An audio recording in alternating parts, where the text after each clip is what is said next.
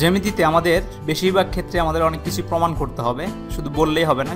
যেমন আমরা সাধারণ জীবনে কী করি, কোনো একটা কথা যদি কেউ বলি, তাহলে যদি আমাদের কাছে মনে হয় যে এটা হয়তো সত্য হবে না, বা আমরা যদি ওই সম্পর্কে ধারণা না থাকে, তখন তাকে বলি যে তুমি বিভিন্নভাবে এটাকে প্রমাণ করে দেখাও যে তুমি যেটা বলতেছো এটা সত্য কথা।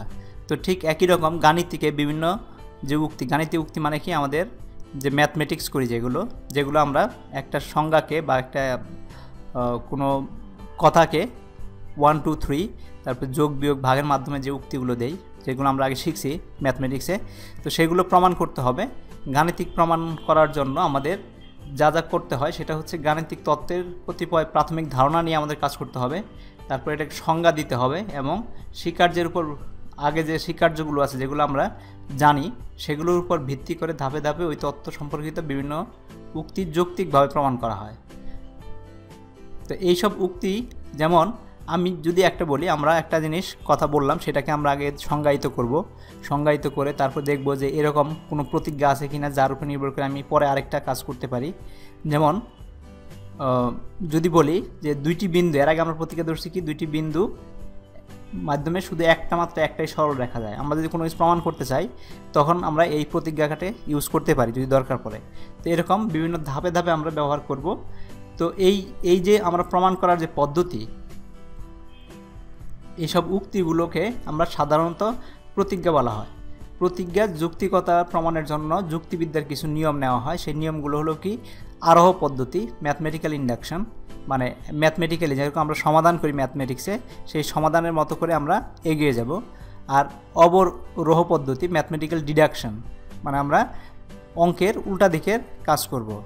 আর বিরোধ পদ্ধতি, সেটা হচ্ছে প্রুফ অফ কন্ট্রাডিকশন, একটা বলে দিব যে আচ্ছা ঠিক আছে, আমি এই কথাটা বললাম, ধরে নিয়ে এই কথাটা সত্য না, এটা হচ্ছে প্রুফ অফ কন্ট্রাডিকশন।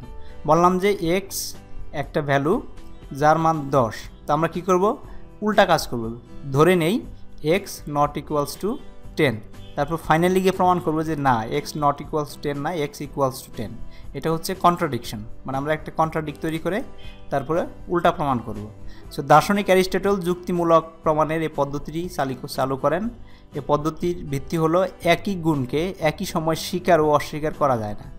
পদ্ধতিটি মানে একটা গুণকে কখনোই একই সময়ে স্বীকার করলে সেটাকে আর অস্বীকার করা যাবে না, আর অস্বীকার করলে কখনো স্বীকার করা যাবে না। তার মানে তার হয় স্বীকার করতে হবে অথবা অস্বীকার করতে হবে, দুইটার একটা। সো একই জিনিসের দুইটি পরস্পর বিরোধী গুণ থাকতে পারে না। একটা জিনিসের কোন পরস্পর বিরোধী গুণ থাকতে পারে না। যে আমরা মানুষের হয়তো একটা যদি ভালো গুণ থাকে, সেই একই গুণটাই খারাপ হতে পারে না কারো, হয়তো অন্য গুণ তার খারাপ, কিন্তু ওই একই গুণ কিন্তু তার ভালো। একসময় যদি ভালো হয় সেটা আর কখনোই খারাপ হতে পারবে না। সেটাই জ্যামিতির ক্ষেত্রেও প্রযোজ্য। যারা পরস্পর বিরোধী তা অচিন্তনীয়। যারা পরস্পর বিরোধী সেটা হচ্ছে আসলে চিন্তা করা সম্ভব না, এটা আসলে কখনো সম্ভব না। কোনো বস্তু এক সময় যে গুণের অধিকারী হয়, সেই বস্তু সেই একই সময় একই গুণের অনধিকারী হতে পারে না। তার মানে আমরা সাধারণ জীবনেও যা দেখি, একজন মানুষের যদি একটা গুণ থাকে, সেইটা আমরা কখনোই বলতে পারবো না তার মধ্যে এই গুণটা নাই। একই সময়ে হয়তো কিছুদিন পরে হয়তো তার ওই গুণটা চলে গেছে, তার অন্য গুণটা, তার খারাপ গুণটা আসে, কিন্তু একই সময়ে কখনোই একজনের একটা গুণ খারাপ এবং ভালো দুইটাই হতে পারে না। তো আমরা এই জিনিসগুলো গাণিতিক উক্তি প্রমাণের ব্যাপারগুলো জ্যামিতিক প্রমাণে কেমন ব্যবহার করব। জ্যামিতিক প্রমাণে আমরা যেটা করতে হবে, আমরা কতগুলো প্রতিজ্ঞাকে বিশেষ গুরুত্ব দিয়ে উপপাদ্য হিসেবে গ্রহণ করা হয়। আমরা যেগুলো উপপাদ্য পড়েও আসছে হয়তো আমরা আগের ক্লাসে, উপপাদ্য হিসেবে গ্রহণ করা হয়। অন্যান্য প্রতিজ্ঞার প্রমাণ ক্রম অনুযায়ী এদের ব্যবহার করা হয়। তার মানে তাদের অন্যান্য প্রতিজ্ঞা, এর আগের যেসব প্রতিজ্ঞাগুলো প্রমাণ করা আছে সেই প্রমাণগুলো আমরা আস্তে আস্তে ব্যবহার করে এইটার আরেকটা প্রমাণ করি। যেমন আমরা ম্যাথমেটিক্স কী শিখছি, a plus B whole square শিখেছি।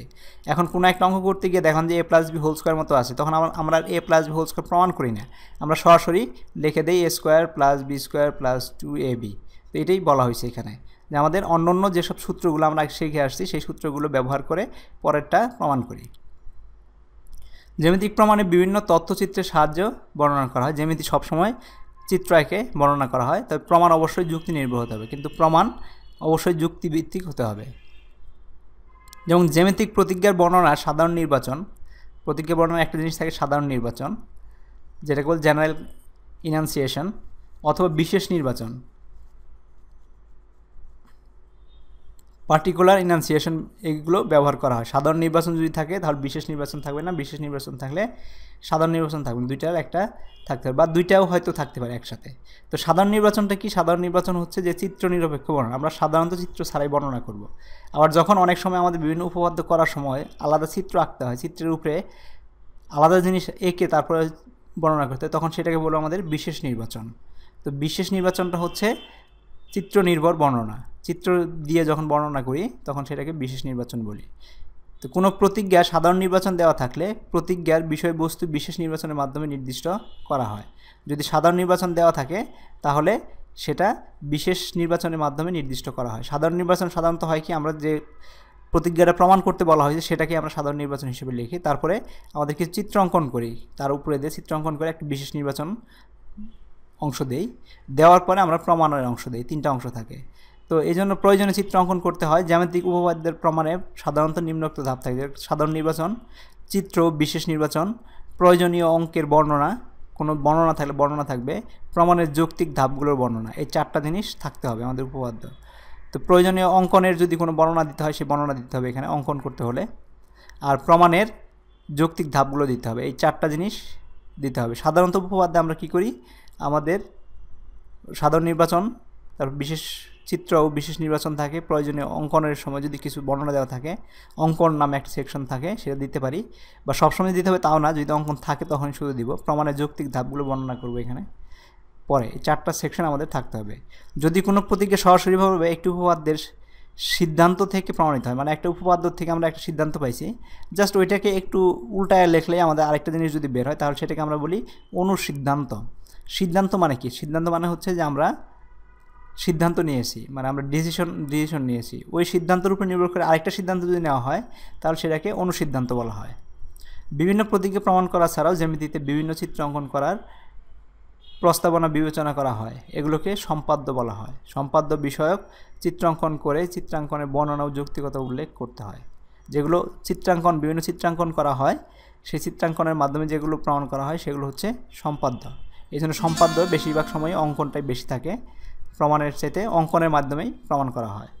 তো এটা ছিল আমাদের জ্যামিতিকের বিভিন্ন ধারণা। এগুলো আমরা ব্যবহার করব পরে, যখন আমাদের বিভিন্ন উপপাদ্যগুলো নিয়ে পড়ব তখন বুঝতে পারবো কীভাবে ব্যবহার করা হয়।